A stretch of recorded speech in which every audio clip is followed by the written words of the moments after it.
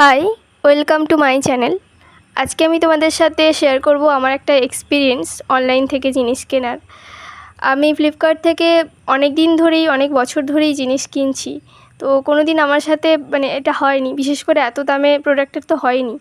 তো আমি একটা ল্যাপটপ অর্ডার করেছিলাম, HP 15S রাইজেন ছিল, ওই রাইজেন 3, যেটা আমার পড়েছিল 28,000 টাকা মতো।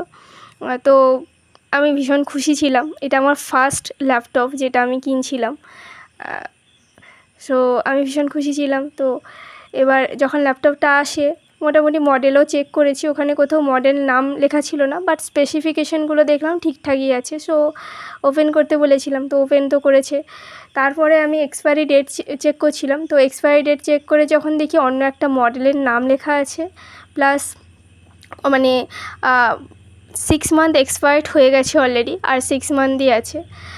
তো আমি ওনাকে বললাম, উনি বলছেন এটা হয়তো ভুল দেখাতে পারে। ঠিক আছে, দিয়ে অনেক কিছু চেক করে দিয়ে লাস্ট মডেল নাম্বার যখন চেক করলাম, দেখলাম অন্য একটা ল্যাপটপ এসছে। আমি যেই ল্যাপটপটা অর্ডার করেছিলাম ওইটা আসেনি, ওই HP মডেলেরই সেম স্পেসিফিকেশনের অন্য একটা ল্যাপটপ দিয়েছে, যেটা সার্চ করে দেখলাম যে ওই ল্যাপটপটার দাম অনেক কম ছিল। তো তোমরা যখন কোনো ল্যাপটপ বা দামি কিছু অর্ডার করবে, অবশ্যই মডেল নাম্বার চেক করে নেবে আর এক্সপায়ারি ডেটটা চেক করবে। ধন্যবাদ, আর সতর্ক থাকবে। আর আমার চ্যানেলটা ভালো লাগলে লাইক, শেয়ার, সাবস্ক্রাইব করে দেবে।